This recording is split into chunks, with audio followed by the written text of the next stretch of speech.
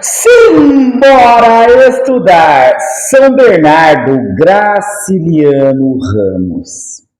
Antes de falar sobre, este livro, São Bernardo, eu gostaria de dizer algo a vocês que, se me perguntassem hoje qual é para você, o melhor romance do Graciliano Ramos, sinceramente, eu não saberia responder. Durante muito tempo, para mim, o melhor romance do Graciliano foi Vidas Secas, porque foi o primeiro que eu li. Aí depois eu li Angústia, e depois eu li São Bernardo, e sempre para mim o melhor foi o que eu li por último. Então parece que nesse momento que eu releio São Bernardo, eu releio porque eu já li há muito tempo, parece que São Bernardo é o melhor. Mas não sei dizer, sinceramente. O que eu acho assim legal de São Bernardo é que São Bernardo parece ser o mais bem escrito de uma história linear, mais convencional, digamos assim. E São Bernardo tem algumas coisas ali muito importantes, né?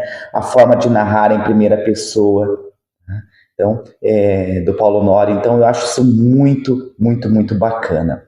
A Graciano Ramos, né? Foi alguém que foi preso, tá? Durante, ali a década de 30. Então, houve uma perseguição aos comunistas no Brasil. Ai, os comunistas! Comunistas sempre perseguidos e, como se houvesse um risco aí. E o Graciliano Ramos nem era aquele cara tão, empenhado ali na causa, na luta, mas foi preso dessa prisão, escreveu Memórias do Cárcere, que eu considero um livro inferior a esses três que eu falei, para vocês. É um bom livro também, claro, um livro do Graciliano Ramos é bom, mas para o Graciliano Ramos eu acho assim um livro um pouquinho inferior aos outros, porque ele torna-se cansativo muitas vezes. Mas é um bom livro. Então vamos falar sobre São Bernardo. Então São Bernardo, ele traz ali como narrador o Paulo Honório. Esse homem, ele quer narrar a sua história, ele está lá com 50 anos, já na sua vida ali passou por muita coisa, por tanta coisa, e ele quer narrar essa história. E algo já fica bem claro ali no início do livro, porque o livro começa assim: antes de iniciar este livro, imaginei construí-lo pela divisão do trabalho. Então observa, ele quer dividir o trabalho de escrever o livro dele. Tá? Então, ou seja, ele não pensou em ele mesmo ter o trabalho, ele vai fazer a divisão dos trabalhos. E ele foi, chamar ali alguns dos seus amigos para ajudá-lo nessa empreitada, quem faria isso, quem faria aquilo, quem faria lá a questão da ortografia, corrigiria a ortografia, veria a sintaxe, e ele dividiu ali todos as tarefas do livro dele. Mas ele fala que o resultado foi um desastre. 15 dias depois do nosso primeiro encontro, o redator do Cruzeiro apresentou-me 2 capítulos datilografados, tão cheios de besteiras que me zanguei. Ou seja, outra pessoa está escrevendo o livro dele. E ele fala: vá para o inferno, Godin. O Godin que estava escrevendo, é o amigo dele. Você acanalhou o troço, está pernóstico, está safado, está idiota. Há lá ninguém que fale dessa forma. Então ele se incomoda porque a forma como ele está escrevendo, o Godin, é uma forma muito erudita. E ele fala: não, eu não falo assim. Aí o Godin tenta argumentar com ele: não, mas num livro a gente não coloca a forma como a gente fala. E esse Paulo Honório, esse nosso narrador, já vou falar um pouquinho a história dele. Então ele fala que ele perde ali 2 capítulos, vou voltar aqui senão concluir aqui. Ele perde 2 capítulos dessa forma e aí ele vai ele mesmo escrever o livro dele. Começo declarando que me chamo Paulo Honório, peso 89 quilos e completei 50 anos pelo São Pedro. Ele já fala que ele completou 50 anos, que o nome dele é Paulo Honório, ou seja, começa de uma forma bem estranha ali para um romance. Isso é proposital. Isso é proposital. E quem é esse Paulo Honório que ele vai começar a falar a partir de agora? Ele fala que até os 18 anos ele gastou muita enxada, ganhando 5 tostões por dia, por dia não, por hora, não por dia mesmo, por dia, aqui, ali, ou seja, ganhava pouco, né? Foi trabalhando. Aí ele arrumou uma namorada lá, uma tal de Germana, começou a paquerar a Germana lá, só que ele viu a Germana com outro, um tal de João Fagundes, ele esfaqueia esse João Fagundes e ele vai parar onde? Na cadeia. Ele fica preso, né? E aí ele aprende ali na cadeia as primeiras letras, ele não sabia ler, ele aprende a ler, ele aprende a escrever, e ele sai de lá e ele resolve voltar para Alagoas, para o município de Viçosa, né? Ele ganha um dinheiro lá depois que ele sai e ele resolve voltar para Viçosa. O sonho dele era ter para ele a fazenda São Bernardo. Eu ia falar São Sebastião.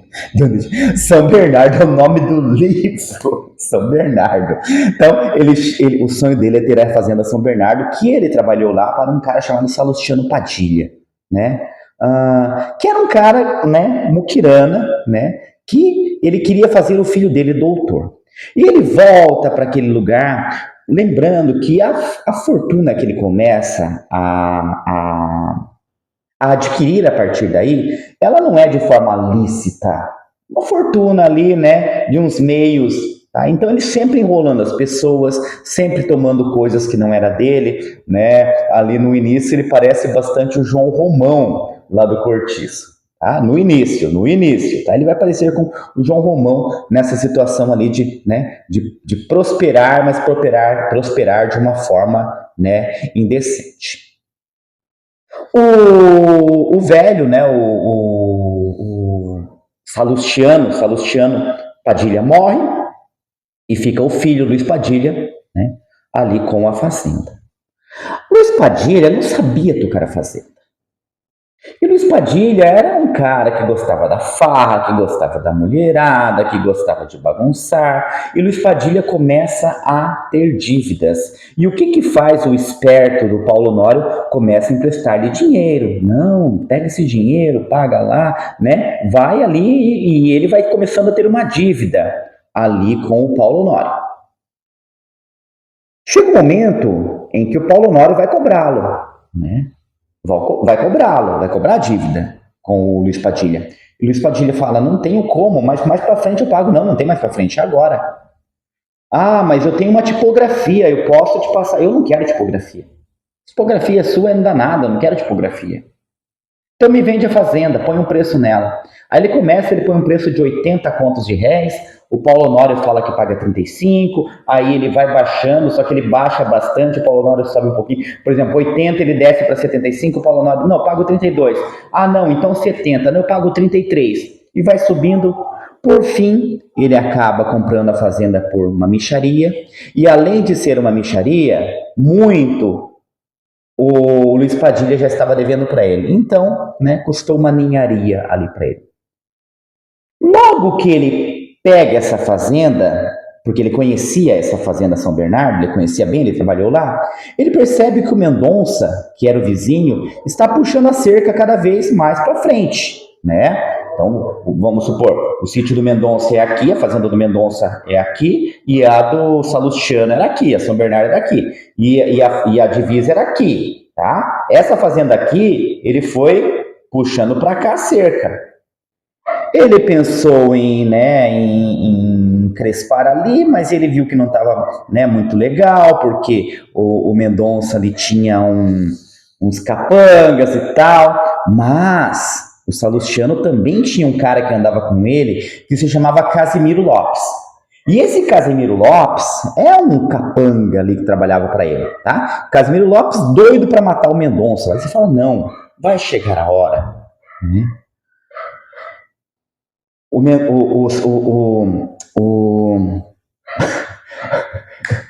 Paulo Honório, me dá uns brancos, o professor tá ficando velho, né? O Paulo Honório, ele percebe que uma noite começa a rondar a fazenda dele. E ele vai conversar ali com o Mendonça, né? Tem uma conversa meio estranha ali dos dois, entra um sujeito mal encarado ali, tal. Mas logo ele resolve, né, matar o Mendonça. Tá? O livro não deixa bem claro, mas dá a entender isso. Tá? A gente consegue inferir ali no livro que é isso que acontece. Porque em um momento, né, no momento em que o Mendonça é morto, O Paulo Honório está na cidade conversando com o padre, né? Eu vou ler o trecho para vocês aqui.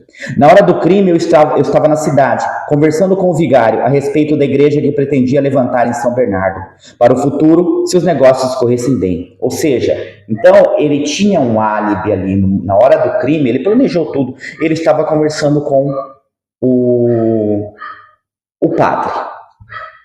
Certo dia, o Paulo Honório estava andando lá em Maceió, né? Ele morava em Viçosa, mas ia para Maceió, né? A história se passa toda em Alagoas. E ele encontra um cara chamado Ribeiro, que ele simpatiza com esse Ribeiro. Já era um velho, né? Mas era um cara muito inteligente e, né? Já tinha 70 anos e, né? E era um cara que entendia muito de contas. Ele leva o Ribeiro para trabalhar com ele, né? Para ser o seu guarda-livros lá, para cuidar, né, da administração da fazenda. E o Ribeiro vai lá trabalhar com ele.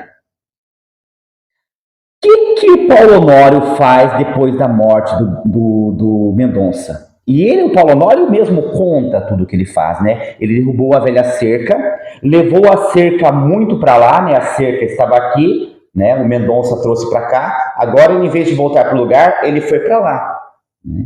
E ele leva a cerca mais à frente. As filhas do Mendonça, né? Mendonça tinha 2 filhas, elas reclamaram, mas ele, né, falou assim, são mulheres, não vão, né, vai continuar nada. Mas, ao mesmo tempo que ele tinha essas ações, ele parecia como se ele fizesse pequenas, né, digamos assim, boas ações para apagar o mal que ele fazia, né? Continuei a esfregar as mãos com os diabos e decidi proteger as Mendonça. A minha prosperidade começara depois da morte do pai, que matou o pai delas, né? Naquele tempo, algumas braças de maçapê valiam muito para mim. Ninharia o maçapê. Senti pena das Mendonça. Mandaria no dia seguinte dar uma limpa no algodão do bom sucesso, enfesado, coberto de mato. Muito por baixo, as Mendonça. O pai era safado, mas que culpa tinham as pobres? Resolvi abrir o olho para que vizinhos sem escrúpulos não se apoderassem do que era delas. Mulheres quase nunca se defendem, pois se qualquer daqueles patifes tentassem prejudicá-las, estava embrulhado comigo. Então, ele fez toda a maldade para as meninas, depois ele fala, né, coloca-se como bonzinho lá, né, que ele vai proteger. Quem criou o Paulo Honório, quando ele era criança, foi uma velha chamada Margarida, uma velha preta chamada Margarida, que já estava lá beirando os 100 anos agora. E o Paulo Honório manda, né, procurar essa Margarida. Onde está a Margarida? E trazer para ele. Um dia lá o Godinho acha a Margarida, né? E eles trazem a Margarida ali para morar perto dele. Então perceba, ele tinha toda esse livro, ele não é escrito para culpabilizar o Paulo Honório. Tá? A gente vê no Paulo Honório um sujeito mau. Lá no fim, ele mesmo admite toda a maldade dele, né? Mas a gente percebe que o meio em que ele é criado, e aí vai lembrar mais uma vez lá do Cortiço, também interfere para isso. Tá? Mas não é um livro naturalista, tá? Não estamos falando de um livro naturalista aqui. Aqui estamos falando de um livro modernista, ali da segunda geração do modernismo, a geração de 30. Esse livro, ele é de 34, se eu não me engano, 34. É a mesma época em que o Jorge Amado está escrevendo os livros dele lá na Bahia, José Lins do Rego também lá no Nordeste, né, em Recife, o Érico Veríssimo aqui no Rio Grande do Sul. Aqui no Rio Grande do Sul, parece que eu estou no Rio Grande do Sul, né? Aqui no Rio Grande do Sul quer dizer que eu estou mais próximo ao Rio Grande do Sul. E a Raquel de Queiroz escrevendo lá o 15 lá em Fortaleza. Então, é mais ou menos essa época que nós temos esse tipo de romance sendo escrito.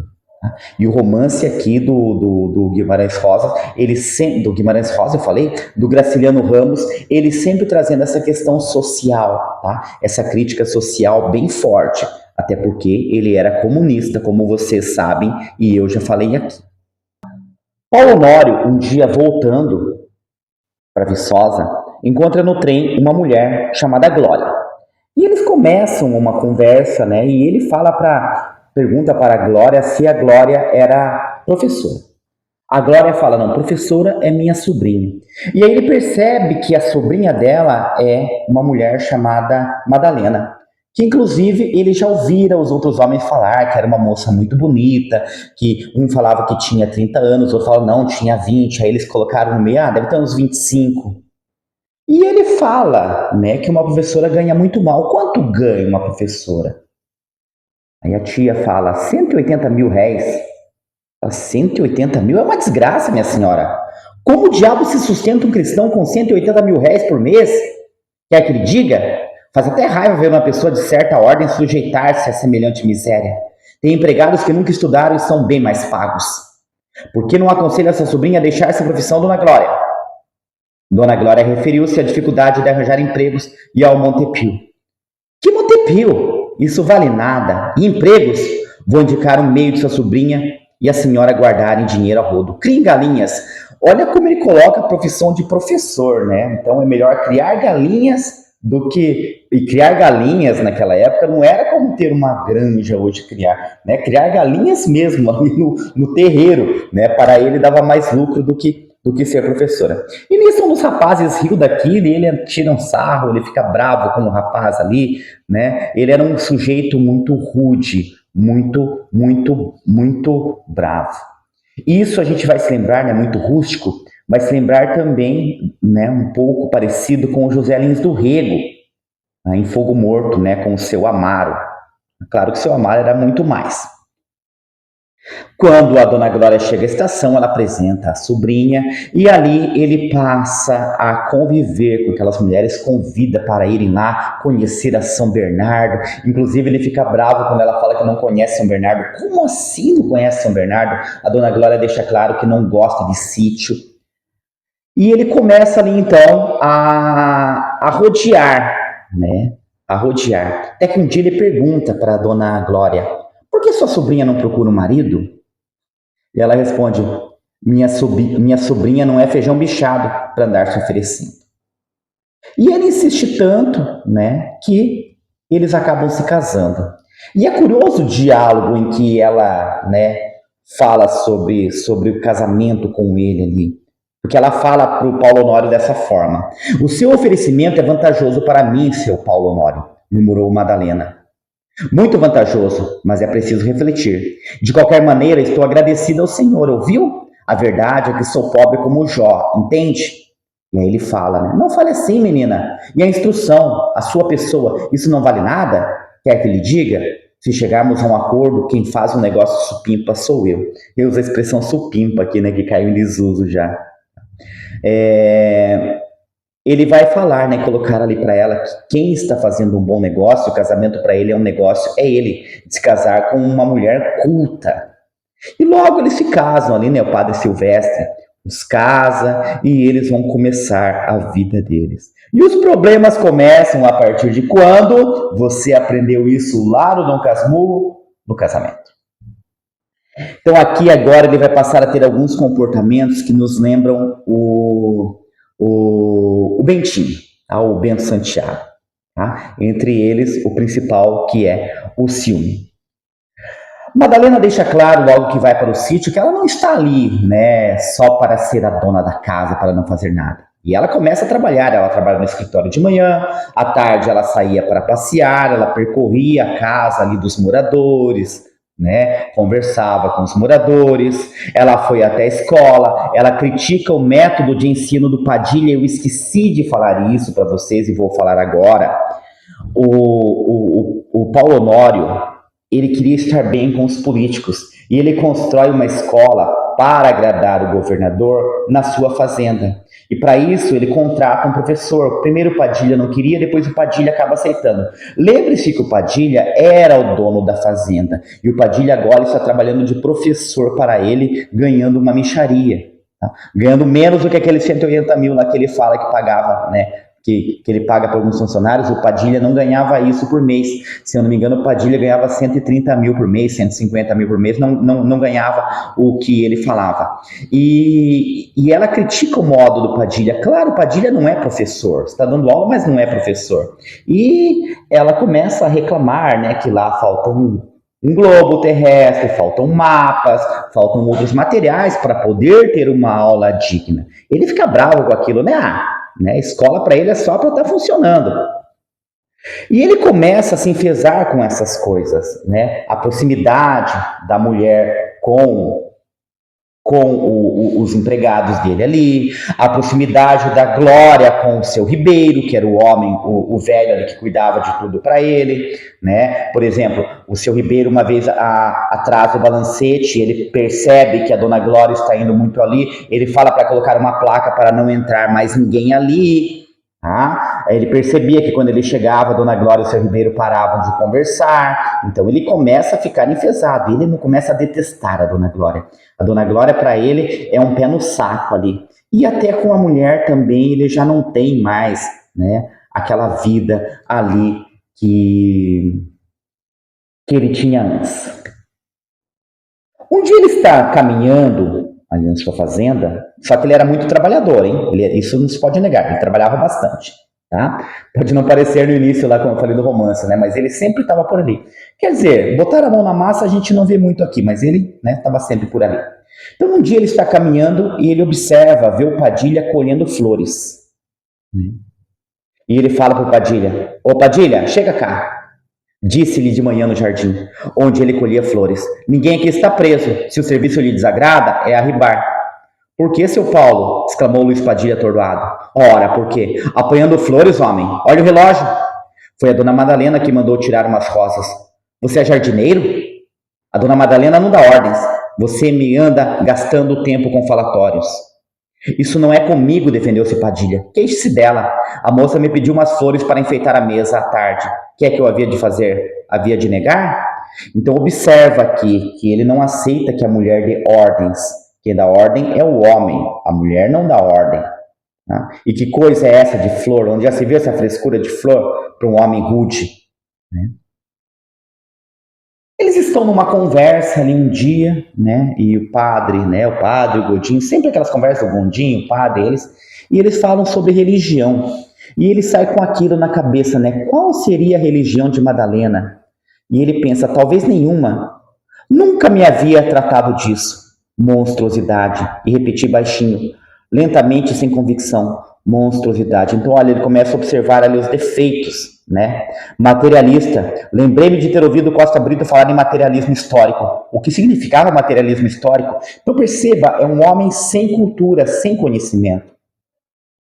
E olha essa fala dele, que representa muito aqui do pensamento dos homens na época.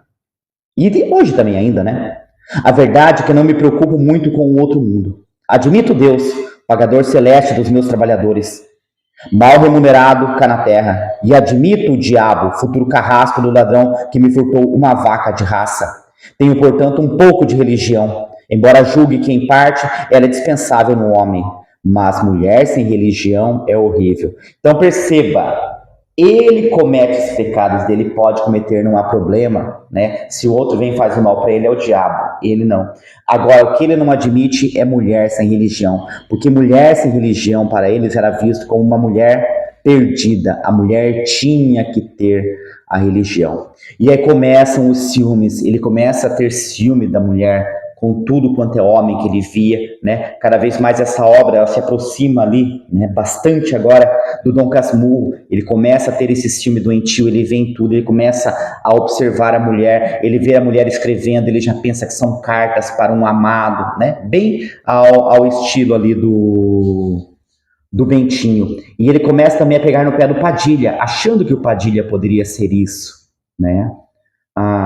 O meu ciúme tinha se tornado público. Padilha sorriu e respondeu hipócrita. Então o Padilha responde para ele ali num dado momento que ele vai conversar com o Padilha. Literatura, política, arte, religião. Uma senhora inteligente, a dona Madalena, e instruída, é uma biblioteca. Afinal, eu estou chovendo no molhado. O senhor, melhor que eu, conhece a mulher que possui. Então essa fala aqui, ela pode ter muitos entendimentos. O senhor conhece a mulher que possui. Conhecer no sentido de ser uma pessoa, né, letrada, uma pessoa que tem muito conhecimento, uma mulher culta, ou ele já pode pensar no sentido de conhece e ela está fazendo coisa errada, né? Essas palavras ficam ali na cabeça do Paulo Honório. Paulo Honório um dia está caminhando por ali e acha uma carta. Aliás, um pedaço de uma carta, né, uma folha. Ele vai ler e ele fica, não, isso aqui é uma carta para um amante. Ele fica com aquilo, isso aqui é uma carta para um amante. E aí ele encontra a mulher lá na igreja. Ele vai até a igreja, encontra a mulher e eles começam ali a ter uma conversa. E ele fala para a mulher, mas a carta. Madalena apanhou o papel, dobrou, entregou-me, né? Entregou a ele. O resto está no escritório, na minha banca. Provavelmente esta folha voou para o jardim quando eu escrevi. Ela fala, eu estava escrevendo, essa folha deve ter voado, né? E aí ela começa a pedir perdão para ele. Observe, ela começa a pedir perdão. Você me perdoa os desgostos que lhe dei, Paulo, né? Ela vai falar para ele. E ela vai falar de tanta gente boa que há no caminho ali. Das pessoas boas que convivem ali com ele, para ver se ele pensa um pouquinho naquilo ali. Ela vai embora, ele fica ali, ele adormece ali, né? Ele cai no sono ali na igreja, ele dorme ali. Na manhã seguinte ele vai para casa. Quando chega em casa, o que ele encontra? A mulher morta. Ela se mata, né? Lá no início do livro ele já fala, né, que a mulher já tinha morrido, então a gente já sabe. Aqui a gente vê a forma como a mulher morre. Então, na verdade, a mulher se suicida, a mulher se mata. Sobre a banca de Madalena estava o envelope de que ela me havia falado. Abriu. Era uma carta extensa em que se despedia de mim. Lia, saltando pedaços, naturalmente compreendendo pela metade, porque topava a cada passo aqueles palavrões que a minha ignorância evita. Aqueles palavrões que a minha ignorância evita. Ou seja, as palavras que ele não entendia. Faltava uma página, exatamente a que eu trazia na carteira, entre faturas de cimento e orações contra maletas que a Rosa, anos atrás, me havia oferecido. Então ele percebe que não havia homem nenhum nesse momento, né? E aqui também tem um pouco de Otelo, né? Otelo, quando Desdémona, né? Ele mata Desdémona, aí ele percebe que Desdémona era inocente. Aqui também tem um pouquinho de Otelo nisso aqui. Logo que a mulher morre, a tia também fala que vai embora. Ele fala para ela não ir, né? Ela fala que ela não está pedindo conselho, né? Que ela fala só vai se despedir, não está indo como um negro fugido. E a tia vai embora. Ele, né, fala de dar ali uma pensão para ela e a tia Glória vai embora. Estamos nos aproximando, né, do final do romance e a gente vai percebendo como aconteceu com Dom Casmurro, aqui também vai acontecer com Paulo Honório. Paulo Honório vai ficar sozinho naquele lugar. E estamos em época ali da Revolução de 30, é retratada ali a Revolução de 30, né, quando Getúlio Vargas chega ao poder. E o Padilha e o padre Silvestre, né, eles se incorporam às tropas revolucionárias e eles vão com as tropas combater na Revolução de 30. Observa, tá? Ele coloca ali algumas marcas ali da época do que estava acontecendo. Tá? E nós chegamos ali ao final do romance. E no finalzinho do romance, ele começa a pensar sobre o que está acontecendo, sobre tudo aquilo. Eu esqueci de falar que ele ainda olha, né? Ele olha para o filho, lá como o Bentinho olha para o Ezequiel e vê o Escobar no Ezequiel. Ele olha para o filho, e ele olha para o filho e ele não vê nada dele. Aí ele observa bem o filho, ele vê a mulher no filho, muitos traços da mulher, e ele chega a comentar, mas ele não vê traços de homem nenhum, né? Porque ele chega a desconfiar que o filho não era dele. E o final do livro é muito legal. É muito legal porque tem o arrependimento dele, né? Tem as coisas que ele fala, né? Ele fala: o que eu estou é velho. 50 anos pelo São Pedro, 50 anos perdidos, 50 anos gastos sem objetivo, a maltratar-me e a maltratar os outros. O resultado é que endureci, calejei, e não é um arranhão que penetra esta casca espessa e vem ferir cá dentro a sensibilidade embotada. Eu não comentei com vocês ainda, mas outra característica desse livro é a seguinte.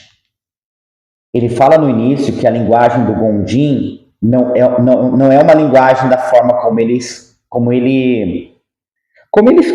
fala, né? Então ele quer algo mais ali, mais coloquial, menos formal. Mas o livro é escrito nessa forma. Então parece que o livro também não é escrito por ele, mas é escrito por ele. E ele fala que não entende certas palavras, mas O vocabulário do livro é um vocabulário interessante. Não é de alguém, por exemplo, não vamos pegar aqui, se formos comparar a linguagem dele, não é a linguagem lá do José Amaro, né, do Fogo Morto. Não é a linguagem de muitos personagens do Jorge Amado, por exemplo, que estão na mesma época. É uma linguagem mais culta, a linguagem do Paulo Honório. É uma linguagem, né, formal para a região em que ele vive. Eu separei dois trechos aqui do finalzinho da última página do livro para ler para vocês, que retrata bem como termina o livro, né? E o que ele estava sentindo nesse momento. Madalena entrou aqui cheia de bons sentimentos e bons propósitos, né? Ele se dá conta disso no final. Os sentimentos e os propósitos esbarraram com a minha brutalidade e o meu egoísmo. Creio que nem sempre fui egoísta e brutal. A profissão é que me deu qualidades tão ruins. E a desconfiança terrível que me aponta inimigos em toda parte. A desconfiança é também consequência da profissão. Que profissão? Ele ser um fazendeiro, ele tornar-se, né, um capitalista ali, né? Então, aquilo faz com que ele observe todo mundo com desconfiança, que ele seja um homem bruto, que ele seja um homem rude. E o livro termina dessa forma. Lá fora há uma treva dos diabos, um grande silêncio. Entretanto, o luar entra por uma janela fechada e o nordeste furioso espalha folhas secas no chão. É horrível. Se aparecesse alguém, estão todos dormindo. Se ao menos a criança chorasse. O filho, ele quase não fala no filho, ele cita o filho poucas vezes, né? Então, assim, se ao menos a criança chorasse, nem sequer tem amizade a meu filho. Olha que triste, nem sequer tem amizade a meu filho. Que miséria, que miséria. Casimiro Lopes está dormindo, Marciano está dormindo, só eles ficaram ali, patifes. E eu vou ficar aqui às escuras até não sei que hora, até que, morto de fadiga, encoste a cabeça à mesa e descanse uns minutos. Então, durante a vida toda, Paulo Honório quis ter dinheiro, ter posses. E ele chega ali aos 50 anos, observando, e ele fala, que miséria. Então, a vida dele tornou-se uma miséria. Né? Tornou-se uma miséria. Ele é tão pobre que a única coisa que ele tem é dinheiro. É mais ou menos isso. Beleza, pessoal? Chegou aqui até o final, tá? É porque vale o seu like. Não se inscreveu no canal, ainda se inscreve. Compartilha o vídeo, comenta aí se você gostou, de que cidade que você é. Coloca para mim aí para eu saber, tá? Eu espero que vocês realmente tenham gostado. Por hoje é isso e simbora estudar!